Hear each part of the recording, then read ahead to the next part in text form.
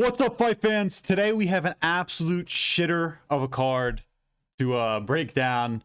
UFC Fight Night in Perth, Australia, coming down this Saturday, which is what, the 27th of September. It doesn't get much worse than this card. Some people are going to try and, hype this shit-ass card up, but it's awful. It sucks. I kind of have tried to talk myself into some of the guys in the main event, but the main event's awful. This card, again, sucks. There's really no hype for it. No one wants to go to this in Perth. Like, they're struggling to sell tickets in Australia right now, mainly because you're pricing out a card that Volk would be headlining with people who are nowhere near his quality of a fighter, and with a bunch of nobodies on the rest of your card. And they pretty much, what they did was they canvassed all the streets in all the cities of Australia, like Perth, Sydney, fucking Tasmania. Not a city, but you know what I mean. They went all to these different parts of Australia, and they're like, have you thrown a punch before? And if you said yes, they threw you on this card if you were Australian. So that's kind of the basis of the level of the fighters that we're getting on here. And also, if you watched a little bit of that pre-fight press conference yesterday, there was a bitch who came on there and asked Dominic Reyes if Carlos Ulberg was the best looking guy in the UFC. And he was like, what do you even say to that? Like, what are we doing? MMA media is awful. But I didn't even have to tell you that because it's true.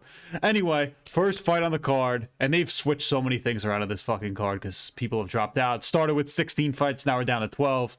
Whatever. Let's get on to the fucking card. We got Loma Lookboonmee versus Alexia Thainara. Listen, I'm not gonna act like I'm a professional on either of these women's fights, but what's it called? As I scroll up here, I don't really know why it's not letting me view their past wins, which is a bit odd. Whatever. Loma Lookboonmee, I actually like her game. I listen, I'm not gonna act like I watched a ton of film for this card. I was so busy this week, but what I have seen, I do honestly like what I have seen for her. She's a lot more well-rounded. I actually feel like she has real talent as a strawweight. Thainara, if you do remember, she did beat Molly McCann. I think she fucking brutalized her. And she has good grappling, and she's a big strawweight. She's 5'4" as a strawweight, and she's got a 76-inch reach. So she's got 3 inches in height and like about 5.5 inches of reach advantage according to Tapology. You never know with these fucking I don't know, statistics or fucking measurements, if they're actually true or not. You go on UFC website and they'll be different, but that's whatever. We're not going to talk about that. One thing I like about Loma though in this fight is she actually has she has experience in the UFC in terms of she's fought decent competition. I can't name it off the top of my head. I wish Tapology would let me see some of her past fights, but apparently we're not doing that today. She's good in the clinch. She could be kind of scrappy with the wrestling and just kind of throwing punches. I'm just going to pick her by decision. She's a plus 200 dog, and it really should be more even. So I've said it in previous videos, never take the first fight because it's usually bullshit. But if she's an underdog and if you want to make a little bit of money, just throw it on Loma. Our girl from Thailand. Yeah, let's throw it on to her. Anyway, we're on to our next fight. Brando Pericic versus Alicia Ellison. Or maybe it's Elijah and it just said weird. Snack Panther, what an elite nickname, and nobody's ever called Brando Pericic the Balkan Bear. I can guarantee you. And he trains in City Kickboxing, so he is legit. Let's put it this way. I'm going to go Pericic by unanimous decision. He's a better grappler. Elijah Ellison, he's got kind of better... Or Alicia Ellison, he's got better boxing, and he's kind of better on his feet. But Pericic, he's going to mix the kicks in, and then he'll just slow Ellison down and make it into a grappling match.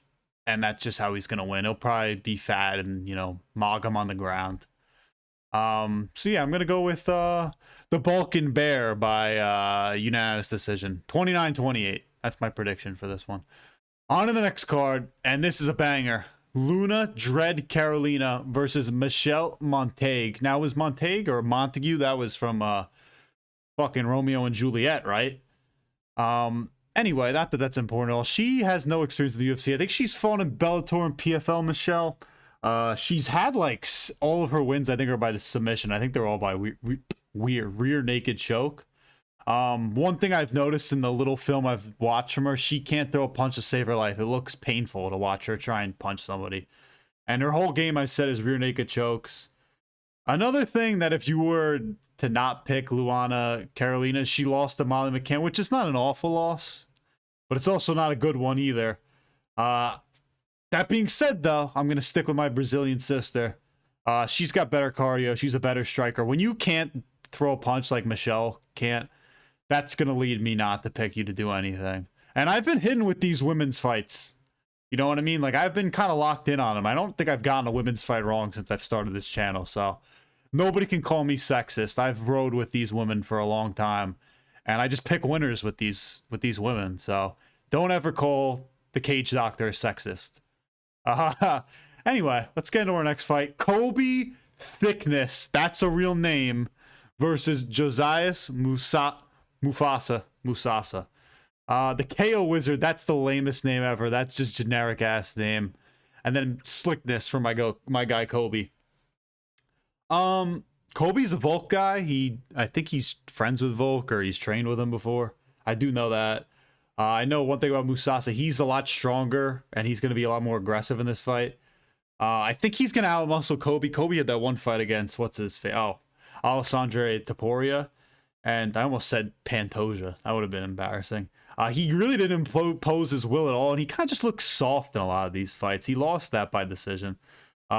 He didn't really do anything. He hops around in the fight. He doesn't do shit. I think he's pretty boring as a fighter. And if you're boring, even if I don't, if you're boring, more likely than not, I'm just going to pick the other guy. Even if I do think you're better and I don't, Kobe Thicknesse versus Josias Musasa, it's like down the middle in terms of these dudes are both not special bantamweights.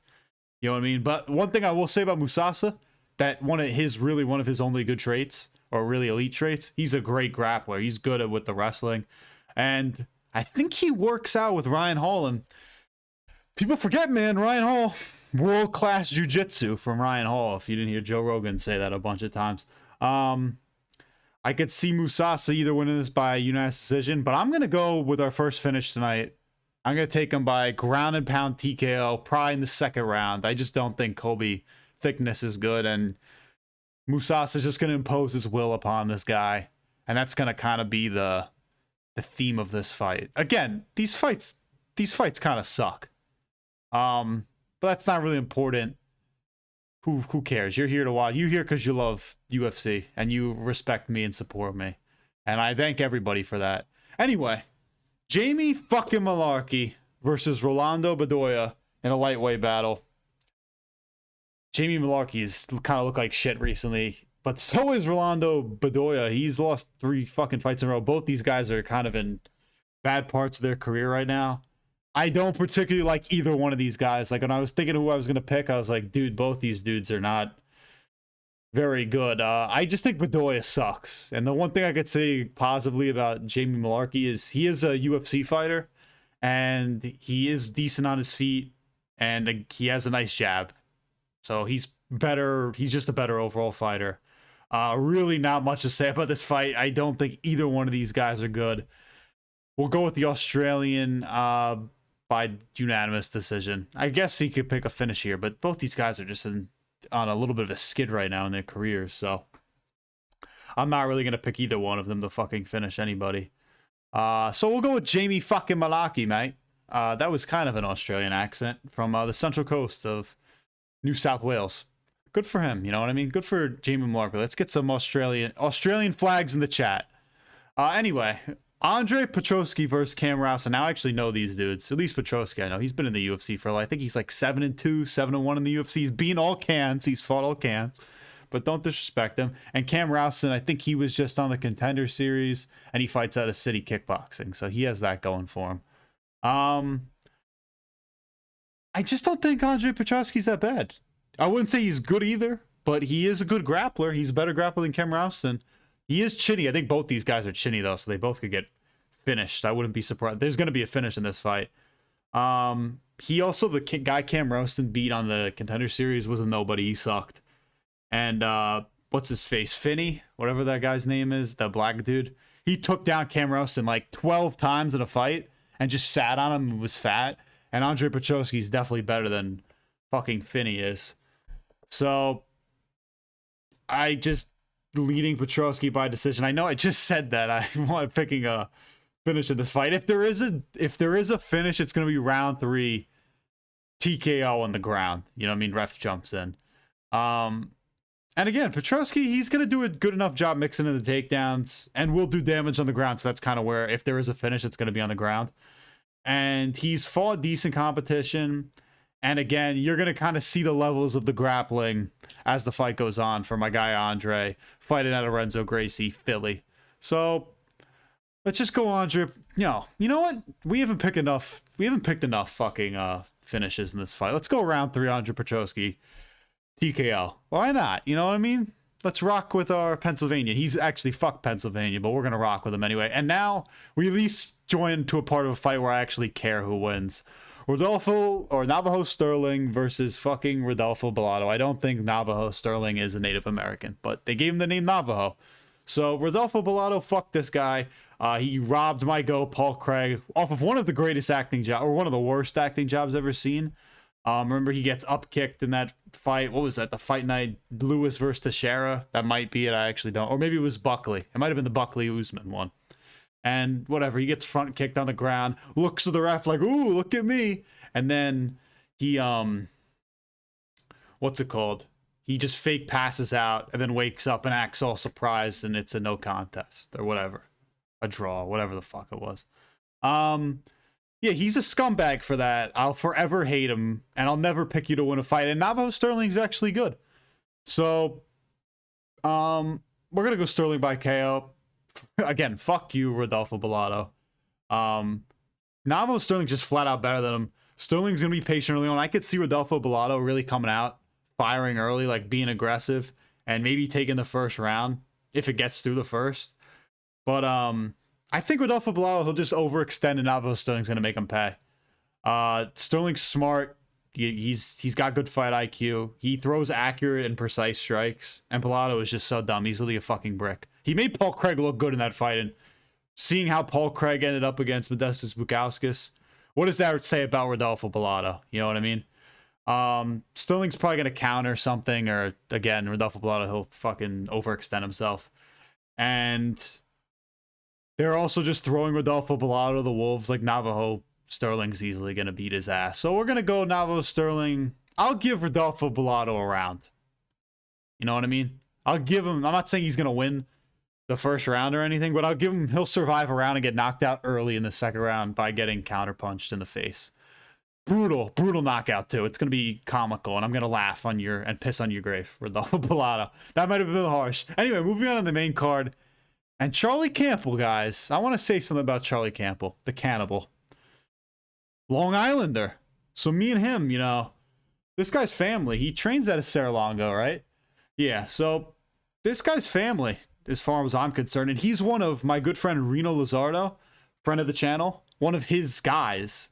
He's trained with him a couple times. And I was supposed to get footage of this training, and I haven't seen it yet. But I want to see it badly, because those are two athletic guys just going at it. I want to see kind of what Reno is hitting them, maybe hitting them with the jab. Charlie Campbell, he's good at range, so Reno probably got his ass knocked. And also, before I mention something, I think Justin Tafa was supposed to be the featured fight of the prelims, but his fat ass, I think he got sick or something. And Obon Elliott also, he was supposed to be somewhere on this card, and he got AIDS, I heard. So he's also out.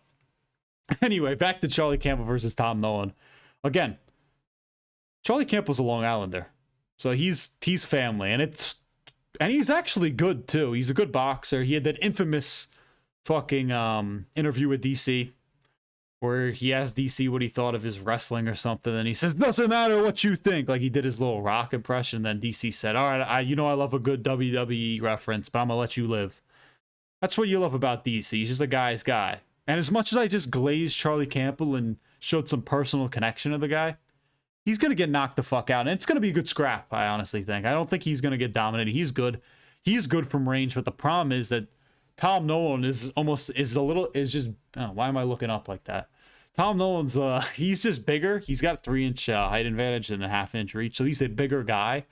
And he's also great from range, and he's also good up close. His striking is great. I really like Tom Nolan.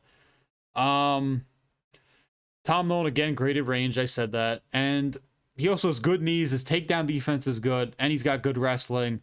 Charlie Campbell, I think, will be able to neutralize Tom Nolan's wrestling a little bit. He has good takedown defense. But Tom Nolan, I think, is going to do a lot of damage up close and kind of pick him apart from range when he wants to. I think he's going to catch him with a straight right. That's my prediction. A straight right knockout in round 2 for my guy, Tom Nolan. I like Tom Nolan a lot. It's kind of sucks to pick against Charlie Campbell. You know, one of your own, Long Island strong. Strong Island forever. But, you know, it sucks to see that. And Charlie Campbell's a friend of the channel, or will be a friend of the channel. Hopefully he doesn't see this video. But maybe we'll train when I go back to Long Island. Let me pull up the Longos and let's hit the bags together, Charlie. Anyway, now we're on to another one of my guys. We just have so many of my guys in this fight. Again, the main card at least has some people that I enjoy. Jake Matthews. I've been at Jake Matthews for so long, and honestly, what scares me the most about this Jake Matthews fight, a welterweight fight, is he just was such a big favorite. I think at one point he was like a minus 600, like a week or two ago. It's dropped to minus 400. But I think there's a reason why he's obviously a big favorite. He's came off a nice submission win over, I forget who, but I think that was on the Lewis Teixeira. Maybe it was Usman. I don't know. Some of these fight night cards with these fights in the Apex, I just forget. But he looked good in that. He had a nice submission win. It was early in round 1. I still get worried because Neil Magny is just such a, you know, he's such one of the goated gatekeepers in UFC history. He can really put you out at any point. I lean Jake Matthews by decision. Maybe he gets a late finish, but he'll outbox Neil Magny, definitely. But I worry like him chasing a finish too much and then Neil Magny survives a round and then just finishes him in round 2. I could definitely see that happening. But I think Jake Matthews is well-rounded enough and has done enough so far in his UFC career that I don't think that's going to happen. I do think he's going to win this. He's just well-rounded, and I've been a Jake Matthews guy for just a while, and I really hope he wins this. I wanted him to kind of get like maybe the 15th ranked guy. Excuse me for forgetting who 15th in welterweight is, but I kind of wanted him to get a ranked guy. I think Neil Magny's still a nice name for him. It'll be a good win. Probably gets him ranked, or about as close to getting ranked as possible. So I'm going to lean him by decision out of respect for Neil, the Haitian sensation Magny, for being a great gatekeeper. You know what I mean? If there was anybody else, I'd pick him to get knocked out. But respect to Neil Magny, he's one of the guys. Anyway, Jack Jenkins, one of those guys, this is a featherweight fight. One of those TikTok dudes. You see him you get a couple of Jack Jenkins TikTok edits. Look that up after you're done with this video. Versus Ramon Taveras, who's moving up from bantamweight, I think. And he missed weight by 2 fucking pounds. I think he weighed in 147 pounds for a 145 fight. Which is ridiculous. I love when that happens. When a guy moves up a weight class and still misses weight. Like, isn't that impressive? Anyway, I think Jack Jenkins is going to get the featherweight belt one day. I'm just going to put that out there. Almost turning 32, so he's getting older. He had a tough loss his last fight to Gabriel, what was it, Silva Santos, whatever his name is. That wasn't a great fight for him. But I think his grappling will be the difference in this fight. He's just going to out-grapple Ramon Taveras. And he'll he has great kicks, Jack Jenkins, where he'll mix it up to the head, he'll mix it up to the body, and he'll slow down Ramon Taveras. Ramon Taveras, again, he'll try and mix in the grappling as well. That's kind of part of his game. But his striking isn't as well-rounded as Jack Jenkins. I think he has good boxing, but he doesn't have those kind of kicks that Jack Jenkins can kind of throw in there to show some variety in his striking. Also, again, I mentioned he's moving up from bantamweight. I'm going to take Jack Jenkins by decision. Yeah, I could see a finish in this fight, but I don't know. I just feel like decision's where I'm leaning on this. And this co-main next up on this card was supposed to be fucking Junior Tafa, right? Versus Ibo Aslam or whatever his name is, Turkish Power, or Ido Aslam, who sucks too. Who'd he beat? Billy Alicana in his last fight? Just flex those bumps. Instead, we're getting Jimmy Crute versus Ivan Erslan. Nobody wants to see the Tafa brothers anyway. They're fat fucks. Nobody cares about them. And they should both be cut from the sport. Anyway, I'm just gonna put this. This is my prediction: Jimmy Crute by submission round 2. I don't really ever like picking Ivan Erslan, but he's a good he's a good boxer. Ivan Erslan. He doesn't really move his head a lot, and he doesn't really do anything else outside of his boxing. So, again, Jimmy Crute, at least I know, is good. He's a good wrestler and a good grappler. And he's going to time his takedown nicely. He's going to grapple fuck Ivan, and he's going to get a submission. Maybe rear naked, who knows? And it's going to happen in round 2. Jimmy the Brute Crute, bringing one back. He's only 29. I feel like he's been in the UFC for forever. And maybe I'm just an idiot and he actually hasn't. But good for Jimmy Crute. I think this will be a nice win for him. And really the only reason anybody's here is for this main event. I mean, this card is absolutely dog shit. Carlos Ulberg versus Dominic Reyes. That was a British accent on an Australian card. Anyway, I just did it again there. Anyway, I'm surprised how big a minus 250 favorite for Carlos Ulberg. Dominic Reyes, you kind of figured like it'll just be juice because of how many people like him and want to see the underdog story of him coming back. Listen, I think this fight could go one of two ways.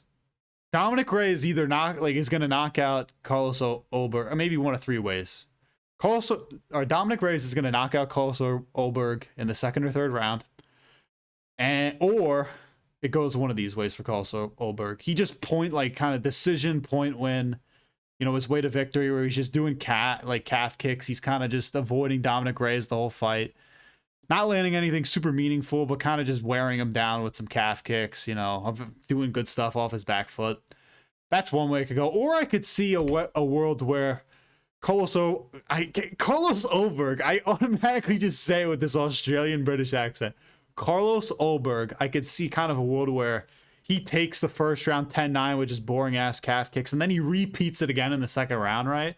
And then Dominic Reyes gets really antsy and just ramps up his aggression, and then counterpunch Carlos Ulberg, knocks out Dominic Reyes, and then everybody cries. You know what I mean? I could see that happening, but I'll say this about Dominic Reyes. I just think he's just a man of destiny right now. You know what I mean? He's a Stony Brook football legend, so another Long Island connection here. I'm not picking up against another Long Islander. Again, he's knocking Carlos Ulberg out in the third round. Carlos Ulberg is boring as fuck. This guy just throws his lame-ass calf kicks. He doesn't do anything exciting. He's a counterpuncher. I like that Reyes is more battle-tested. He's prepared for a lot of 5-round fights. Obviously, John Jones, the one that he won. Reyes being a southpaw also will kind of, I think, minimize Carlos Ulberg's calf kicks. I'm just going to say Carlos, no more the Ulberg shit, because when I say it together, it really messes me up. Reyes is also a great counter striker, which will be kind of an interesting dynamic to see, and he also fights a lot off of his back foot. And Ulberg, he really hasn't looked that great, you know what I mean? Like, what has he done? Like, he beat Jan Blachowicz, but that was an old Jan coming back from a fucking back injury, and people want to point to that a couple times. But Dominic Reyes was fighting him when he was in his prime. I know he got put out bad or lost bad in that, but whatever. Who the fuck cares? Reyes has more finishing potential. His aggression, I think, is going to work in this fight. And I think Reyes will land his shots down the middle, and that's going to be different because at a certain point, Carlos Ulberg is going to realize, I can't just point fight my way to a decision here.